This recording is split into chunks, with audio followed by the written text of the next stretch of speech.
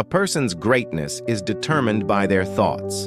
This timeless truth has been proven again and again by the lives of extraordinary individuals like Elon Musk, Steve Jobs, and Jeff Bezos.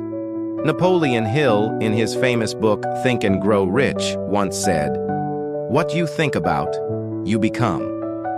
But if this is true, why do so many people struggle to succeed? Do they fail to think about their future? Or do they simply fail to see their own potential? Today's story will answer these questions and teach you a powerful life lesson. Stay with me till the end. I promise this story will be worth your time. Once, in a busy railway station, there lived a beggar. Every day, he survived by asking passengers for alms as they waited for their trains. One day, while begging as usual, he noticed a well-dressed businessman stepping onto the platform. Seeing the man's expensive suit and confident posture, the beggar thought, "This man must be really rich. If I ask him for money, he'll surely give me a generous amount." Filled with hope, the beggar approached the businessman and stretched out his hand. But instead of giving him money, the businessman looked at him and asked, "Do you always just take from others? Have you ever given anything to anyone?" The beggar was stunned. He had never heard such a question before. Confused, he replied, "Sir, I'm just a beggar. I survive by asking for alms. I have nothing to give." The businessman smiled slightly and said, "If you believe you have nothing to give, then you also have no right to ask for anything. I am a businessman. I believe in exchange. If you can offer me something, I can give you something in return. But if you have nothing to give, I cannot give you anything either." With those words, the businessman boarded his train and left. The beggar stood there, stunned. That night he lay awake, replaying the businessman's words again and again. "I have been begging for so long, but no one has ever said this to me before." The businessman wasn't rude, but he spoke the truth. If I can't offer anything in return, then why should people give me anything? For the first time in his life, the beggar realized something painful. Maybe people never gave him much money because he offered them nothing in return. But a question remained in his mind. What can I give? I am just a beggar. I have nothing. Yet one sentence kept echoing in his thoughts. If you want to receive, you must first give. 2 days passed. The beggar didn't ask anyone for money. On the third day, while sitting at the station, he noticed a patch of wildflowers blooming near the railway tracks. Their vibrant colors caught his eye. And suddenly, an idea struck him. What if, instead of just taking, I offer something in return? What if I give people a flower every time they give me alms?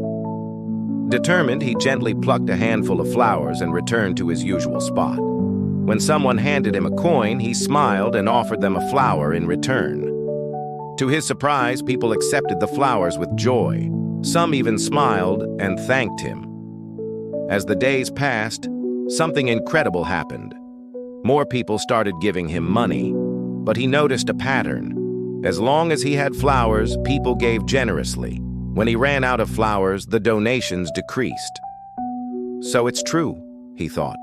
People like to receive something in return.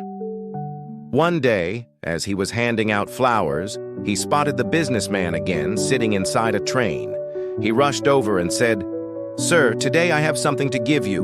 If you give me money, I will give you flowers in return." The businessman smiled, handed him some cash, and accepted the flowers. Then he said, "You have truly understood the value of exchange. Today you are no longer just a beggar. You have become a businessman." As the train pulled away, the beggar stood there thinking, "Am I really a businessman now?" Then suddenly, he realized the truth. I am not just a beggar. I am a trader.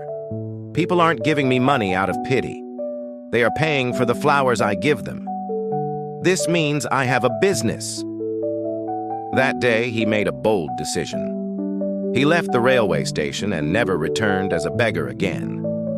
6 months later, at the same railway station, two well-dressed men met and shook hands. One of them asked, "Do I know you?" The other smiled and replied, "Yes, we've met twice before, right here on this very train." The man's eyes widened in surprise. "Wait, you're the beggar, the one I refused to give money to and later bought flowers from." The former beggar laughed. "Yes, that was me. But today I am no longer a beggar. I run a successful flower business and I'm traveling to expand it further." The businessman was amazed. "That's incredible. What changed?" The flower seller smiled and said, "You taught me one of life's greatest truths. We only receive when we give." That day I realized that I was never really a beggar. I was a businessman all along. I just had to see myself that way. The two men shook hands again, now as equals, and boarded their trains toward their futures. Life is shaped by how we see ourselves. If you believe you are small, you will remain small. But if you recognize your inner potential, you can achieve greatness. See yourself as strong. See yourself as capable. See yourself as successful. Because when your thoughts change, your future changes too.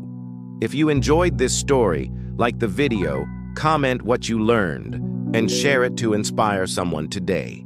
See you in the next story.